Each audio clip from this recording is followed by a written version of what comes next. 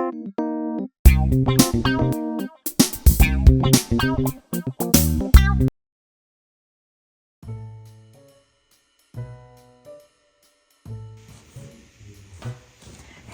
it's my pleasure to sit here tonight.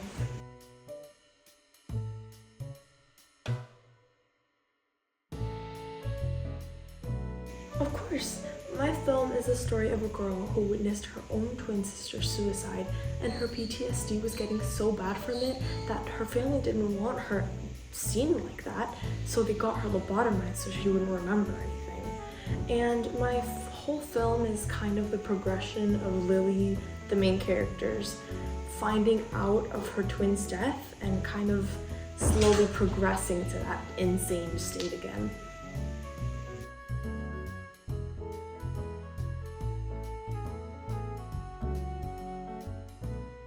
Nope, it's a psychological drama and a period piece.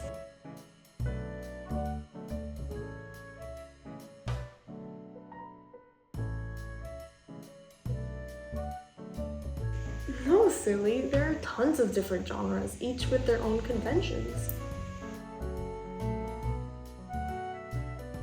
Well, some major ones are dramas, thrillers, horrors, comedies, and coming-of-age films. They each have their own characteristic or conventions. For example, tone and mood. Tone and mood are the connotations of what the things seen on screen make you feel. In horror, the tone would be suspenseful, like in Terrifier. But in comedy, the tone would be lighthearted, like in Pitch Perfect. Other conventions include topics, style, characters, plot structure, setting, conflict, speeding cuts, and endless more details. Well, my chosen convention was an unreliable narrator in a psychological drama genre. So Lily is an unreliable narrator because of her mental illness and her memory loss. Because of these two factors, she doesn't really know exactly what's fully happening in her own world, which makes her an unreliable narrator to us, the viewers.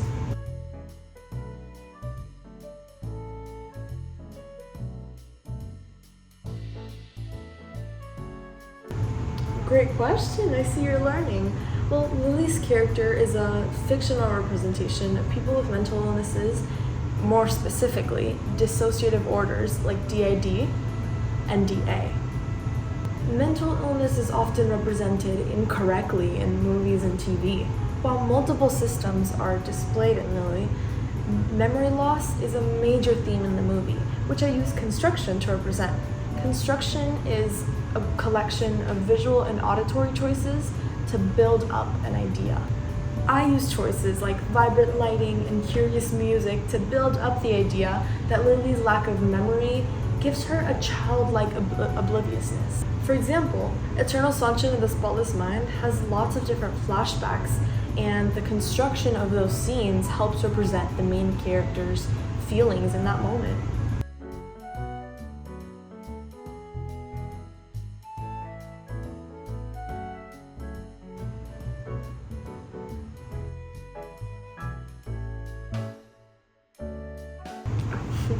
We'll be right back on the Puppies Talk podcast.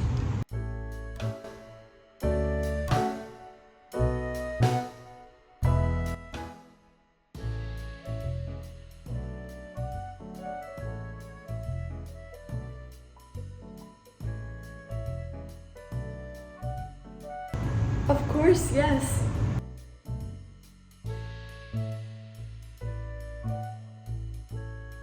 The genres of psychological movies and dramatic movies both appeal more to women than men because men tend to drift towards the more action type movies because women are more emotional, and that's okay.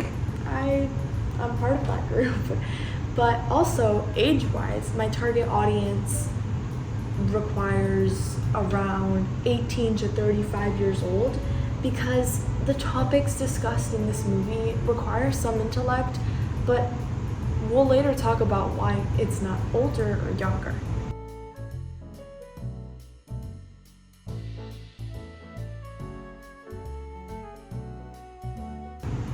Not exactly, Ori. Target audiences can be built off of status, education, ethnicity, interests, and much, much more. For example, my film, Falling Through the Rosebush, would be especially attractive to someone interested or learning about the medical conditions that Lily's dealing with.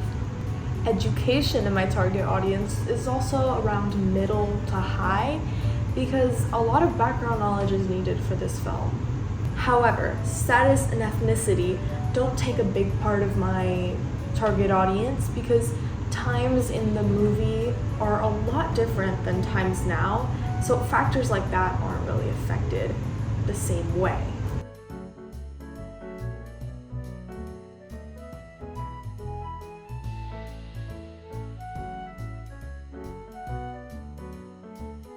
Well, to begin, my main character is between her teenage to young adult years, which is why my target audience, even though they're adults, they're on the younger side of adults. Additionally, to expand on that, Lily is a girl, so that would definitely help attract other girls to watch the movie, which are already attracted to the genre. Then education is needed because Lily's story deals with lobotomies and social norms of the 1800s, and education takes a big part of that.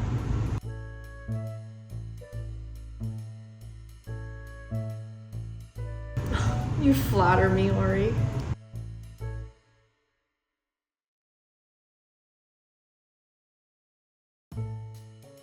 Well, let's be real here. This is the first production I'm ever putting out into the world. I'm not gonna become famous overnight, and my budget is very, very, very limited. Hence, I have to start small when distributing. There are some annual film festivals that happen at a local high school, and I could submit my film to be viewed.